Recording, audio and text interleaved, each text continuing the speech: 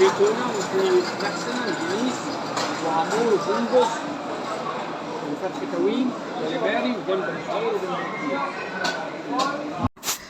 ازيكم عاملين ايه؟ وحشني جدا جدا جدا. جايه لكم النهارده بحته فيديو. انا كنت هموت واروح الغردقه بسبب الفيديو ده.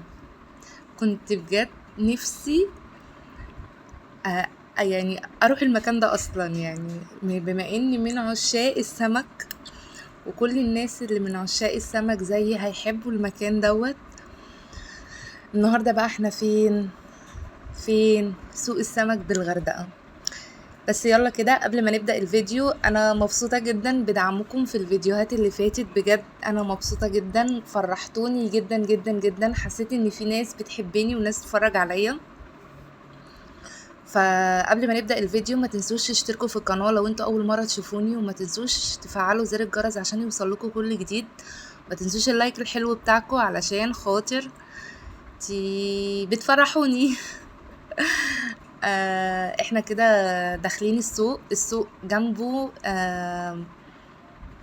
من الناحية دي جنبه مسجد المينا الكبير، ومن الناحية التانية مارينا. فطبعا انتوا شفتوا الدعاء اللي كان موجود في اول الفيديو، دعاء دخول السوق. ده بصوا لازم لازم لازم تقولوه. الدعاء فيه حسنات كتيرة قوي، فمحدش يطنشه. يعني لو حد راح هناك محدش يطنش الدعاء ده. بصوا بقى، احنا هنا رحنا السوق. للأسف ان كان تالت يوم العيد. بما اني مش كنت مركزة مع العيد، وما كانش في عيد بالنسبة لي اصلا، وما اني رايحين ناكل سمك في العيد مش لحمة. فانا ما كنتش عارفة ان انا هروح الاقيهم مأجزين. تمام. ففعلا احنا رحنا ولقيناهم مأجزين. طبعا انا هنا بحاول اصور لكم الناس اللي فاتحة. هم معظمهم من الأرياف. معظم الناس اللي هناك في الغردقة من قنا. معظمهم شغالين في قنا يعني. فكله أكيد أجز علشان خاطر يروح بلده. طبعا أنا كنت عايزة السمك البربوني، بما إني مش لاقياه هنا عندنا في مصر في القاهرة. فأنا افتكرته ده، فجيت أسأله قال لي لا مش بربوني. فروحتي كملت بقى ماشي في السوق. طبعا اديكوا شايفين واحد فاتح واحد قافل، واحد فاتح واحد قافل. هم 4 مداخل، 3 مداخل فيهم سمك، والرابع المفروض المطاعم. بصوا السمك ملون ازاي. انا طبعا معرفش اسماء كل ده، معرفش. وكان نفسي قوي قوي قوي قوي اصور لكم السمكة الضاحكة كانت في السوق. بما اني انا جوزي شغال هناك وراح وشافها. فكان نفسي اوريها لكم، بس للاسف الناس كانت اجازة للاسف. طبعا اديكوا شايفين المنظر على البحر كمان. يعني بصوا المراكب والمنظر اللي يريح اصلا الاعصاب لوحديها. يعني ملكوش دعوة بزفرة السمك خالص. طبعا السمك حلو حلو حلو في اكله وفي شكله وفي كل حاجة جد. يعني حلو في كل حاجة. فانا بوريكم. بصوا كل واحد كده تحسوا ان احنا دخلنا مسلسل المعلم قوي يعني. مش عارفة، حسيت ان انا لما روحت هناك قلت لمحمد ايه ده انت جبتلي المكان اللي في المعلم. بصوا المنظر. بصوا المنظر بجد، ده لوحده اصلا تحفة. المنظر ده لوحده حكاية. بما ان انا من عشاق البحر فاكيد هحب السمك علشان السمك بيعيش في البحر. بصوا يا جدعان، انا بعشق حاجه اسمها بحر. وانا صغيره كنت بقول يا رب اموت غرقانه عشان افضل بالبحر يعني. لكن لا يا رب ما تستقبلش مني الدعوه دي. اصلا انا جربت الغرق وما بقتش احب انزل البحر يعني محمد اللي رجع تاني جرأني على نزول البحر، وان انا انزل تاني علشان العيال وكده.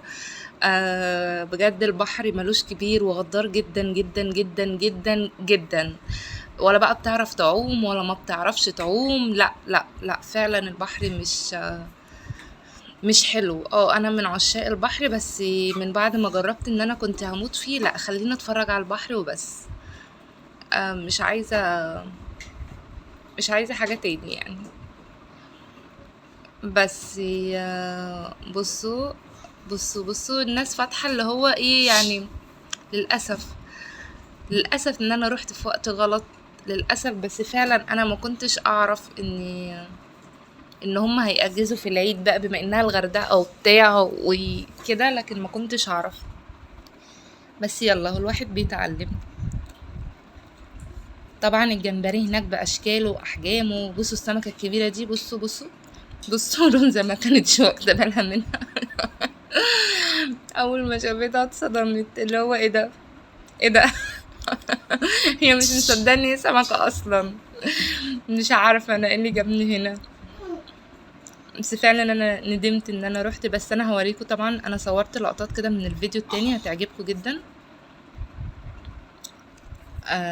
وممكن تشوفوا كنت شفتوا منها المقدمة في الأول. يعني الراجل وهو بيقول لي طبعا احنا جبنا من الراجل ده سمك، ولو انت هتشوف الفيديو بجد عايزة اقول لك تسلم ايدك على السمك. انا عايزة اقول لكم ان انا سألت على نوع سمك قال لي لا مش موجود. انا لفيت وجيت قال لي جه، يعني هم كانوا اصطادوه جه اصلا. فعندهم هناك طبعا السمك صابح وحاجة تحفة. انا السمك جبته حطيته في الفريزر، تاني يوم رجعت القاهرة جيت عملته كان زي العسل. بجد عايزة اقول له تسلم ايدك، بجد كان زي العسل والله العظيم. كان حتة سمك زي العسل. بصوا بقى هنا احنا اللي رحنا تاني يوم بقى، فهنا كان في تشكيلة اكبر يعني. بصوا البولتي اصلا كان شكله يفتح النفس، والبوري كنت هتجنن عليه. بصوا الجمال. الكاليماري عنده كبير مش صغير. بصوا الاشكال بجد. انا يعني مش عارفه السمك اللي لونه اخضر ده ايه، مش عارفه. هنا رحنا لحد تاني. برضو انا المره التانية دي انا برضو رحنا برضو، يعني الناس برضو كانت قافله. افتكرت الناس فاتحه بس برضو لقينا الناس قافله. ده كان ساتت يوم العيد اصلا. انا كنت بسأل على البربوني، لقيت ان البربوني اصلا في اسكندريه وبيبقى لونه الاحمر، انما هو البربوني ده بتاع الغردقه بيبقى مدي على اصفر. بس طبعا انا ما استريحتلوش اصلا علشان خاطر الناس كتيره قوي بتتكلم على البربوني اللي لونه احمر ده. بصوا الاستاكوزا شكلها حلو.